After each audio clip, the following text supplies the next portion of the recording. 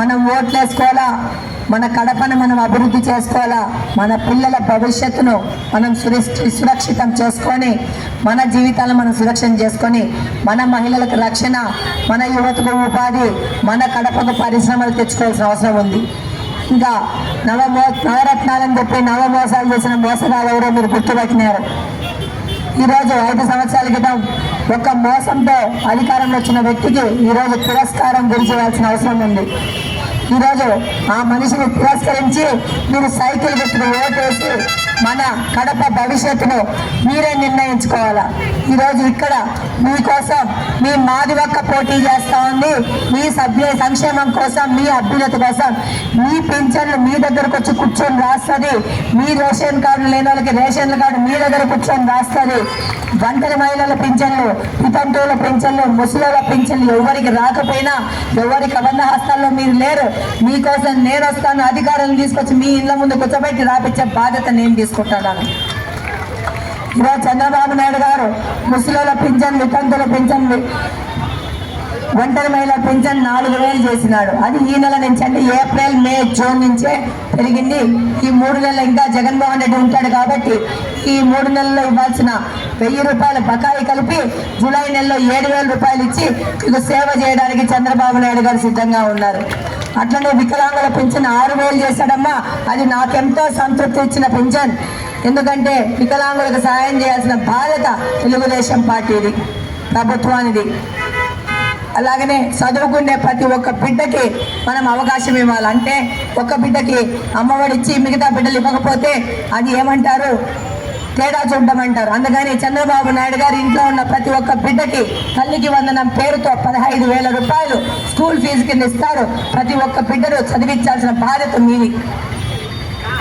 అట్లాగనే 18 సంవత్సరాలు నిండి 59 సంవత్సరాలున్న ప్రతి ఒక్క మహిళకి నెలకు 1,500 రూపాయలు ఆడబిడ్డ నిధి కింద మీ అన్న చంద్రన్న ఇస్తాడు. తీసుకోవడానికి మీరందరూ రెడీగా ఉండాలి, సైకిల్ గుర్తుకు ఓటేసి. అట్లనే ఇంకా ఎవరికన్నా నీళ్ళ కుళాయి లేకపోతే వాళ్ళందరికీ నీళ్ళ కుళాయి ప్రభుత్వం తన ఖర్చులతో ఇస్తుంది. ఇంకొక రూపాయి ఖర్చు అవసరం లేదు. అలాగనే 3 సిలిండర్లు, గ్యాస్ కనెక్షన్ ఉండి తెల్ల రేషన్ కార్డు ఉన్న వాళ్ళకందరికీ 3 సిలిండర్లు సంవత్సరానికి ఫ్రీ. 1 రూపాయి కట్టాల్సిన అవసరం లేదు. ఏ విధంగా బియ్యం ఉచితంగా తెచ్చుకుంటున్నారో 3 సిలిండర్లు కూడా అలానే ఉచితంగా తెచ్చుకుంటారు. అట్లాగనే బస్సులో ఆడోళ్ళు ఎక్కితే ఫ్రీ, రూపాయి టికెట్కి ఇవ్వాల్సిన అవసరం లేదు. అట్లాగనే మళ్ళా చంద్రబాబు నాయుడు వస్తారు, రంజాన్ తోఫా వస్తుంది, క్రిస్మస్ కానుక వస్తుంది, సంక్రాంతి కానుక వస్తుంది. మళ్ళా మన పండుగలను సంతోషంగా చేసుకునే విధంగా మన తెలుగుదేశం పార్టీ చంద్రబాబు నాయుడు గారు మనకు అవకాశం ఇస్తారు. మనం సంతోషంగా జరుపుకుందాం ఇంకా పండుగలన్నీ. షాదీ తోఫా 1,00,000 రూపాయలు పేదవాళ్ళు ఆడపిల్లకు పెళ్లి చేస్తుంటే చంద్రబాబు నాయుడు సాయంగా ఆడపిల్ల కోసం పెళ్లి కానుక షాదీ తోఫా 1,00,000 రూపాయలు ఇస్తాడు. దానికి ఏ సర్టిఫికెట్ అవసరం లేదు. ఈ దొంగ జగన్న దానికి 10వ తరగతి పాస్ కావాలని కండిషన్ పెట్టి దానికి తూట్లు పొడిచి ఎవ్వరికి ఇవ్వాల. తెలుగుదేశం పార్టీ 14 నుంచి 19 వరకు 40,000 మందికి షాదీ తోఫా పెళ్లి కానుక ఇస్తే ఈయన 200 మందికి ఇచ్చినాడు.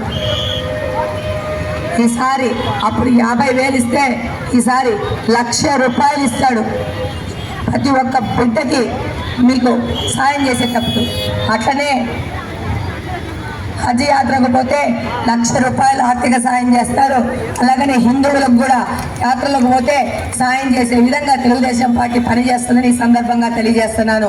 అలాగనే క్రిస్టియన్స్ కూడా ఏదైనా పోవాలంటే దేవునికి భక్తి ఉండి వాళ్ళకు కూడా సాయం చేసే విధంగా తెలుగుదేశం పార్టీ వెళ్తుందని ఈ సందర్భంగా తెలియజేస్తున్నాను. ఈరోజు నేను ఇక్కడంతా దాదాపు 80,000 ఇళ్ళు తిరగడం జరిగింది కడపలో. ఈ గుర్రాల గడ్డకు కూడా రావడం జరిగింది. ఒక మహిళ ఇంట్లో నుంచి వచ్చి అంత ఏడుస్తూ ఒకటే మాట చెప్పింది, అక్క ఈ గుర్రాల గడ్డలో గంజాయి విపరీతంగా ఉంది, దీన్ని నువ్వు నిర్మూలించాలా, మాకు ఏమొద్దు, మహిళలకి గంజాయి వల్ల పిల్లలు బాధపడుతున్నారు, చేతికి రాకుండా పోతున్నారు. గాంజాయి దాగి తెలిసి తెలియని మత్తులో పిల్లలు దాడులు చేస్తున్నారు, ఇళ్లల్లో దాడులు చేస్తున్నారు అనేది చెప్పింది. ఆ ఇళ్లల్లో ఒక్కొక్క ఇంటికి 4 కెమెరాలు పెట్టుకొని ఉన్నారు. నేను అడిగినాను, ఏం మా కెమెరాలు పెట్టుకున్నారంటే ఆమె చెప్పింది, రాత్రిపూట వచ్చి పిల్లలు దాడి చేస్తే మా ఆయన కువైట్లో ఉంటాడక్క, నేను చిన్న పిల్లల్ని పెట్టుకొని ఉంటాను, నాకు రక్షణ లేదని. ఇది ఈరోజు కడపలో పరిస్థితి.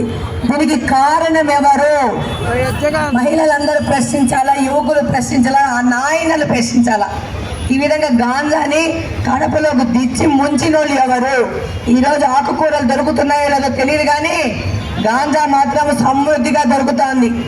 ఏ మాత్రం తప్పు చేసినా కూడా మన బొగ్గొంగ కాలంలో అధికారంగానే గాంజాయిని సాగు చేసే పరిస్థితికి తీసుకుపోతారు ఈ నాయకులు. వీళ్ళకి అధికారము, డబ్బు ఆశ, అవినీతి తప్పితే వీళ్ళకు పిల్లల గురించి, రాష్ట్రం గురించి, కడప నగరం గురించి ఏ విధమైన బాధ్యత లేదు. రేపు మన పిల్లలు బాధపడితే, మన పిల్లలు వ్యసనపరబడితే ఇబ్బంది పడే వాళ్ళం మనము. మన పిల్లలు మంచి భవిష్యత్తుకు పైకి వచ్చి 10 రూపాయలు సంపాదించి అమ్మా నాన్నలను సాకాలంటే మన పిల్లల భవిష్యత్తు సరి చేయాలి.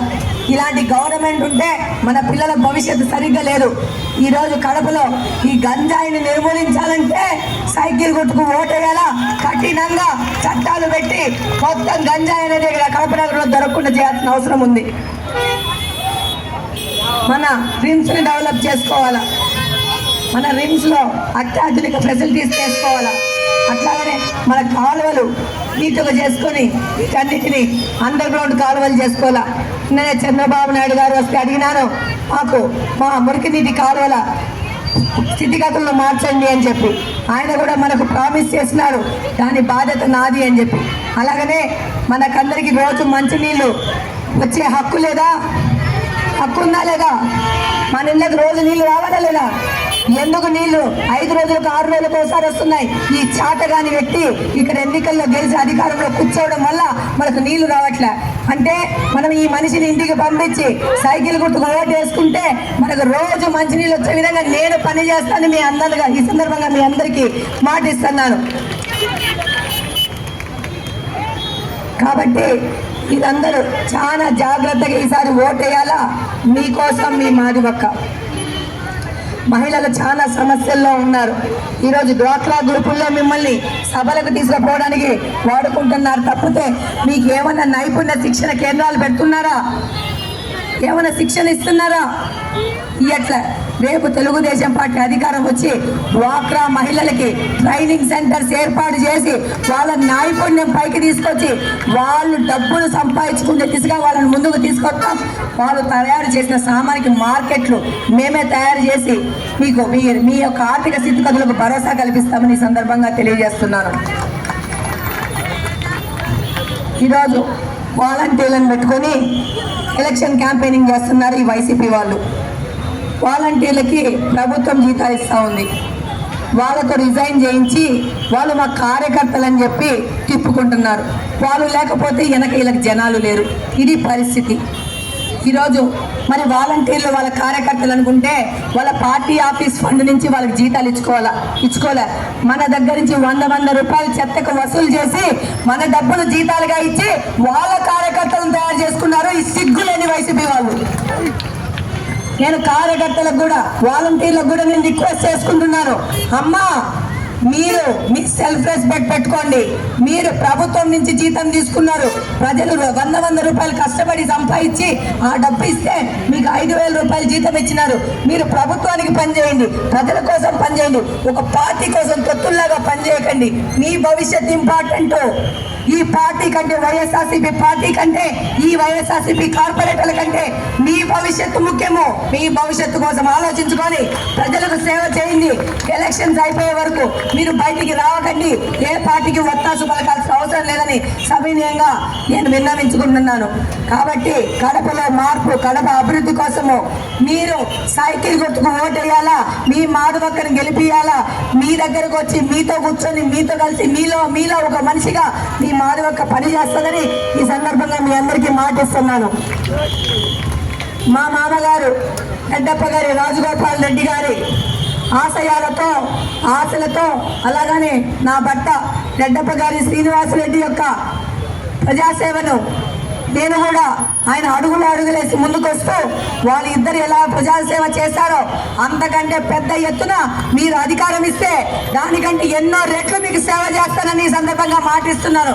కాబట్టి మీరందరూ తెలుగుదేశం పార్టీకి సైకిల్ గుర్తుకు ఓటేయాలని విజ్ఞప్తి చేసుకున్నాను. మన ఓటు మన ఓటు మన ఓటు మన ఓటు ఇక్కడ నాది 3వ నెంబర్ అమ్మ. మీరు ఇలా ప్రెస్ చేస్తే ఇలా 3వ నెంబర్లో బీప్ సౌండ్ వస్తుంది.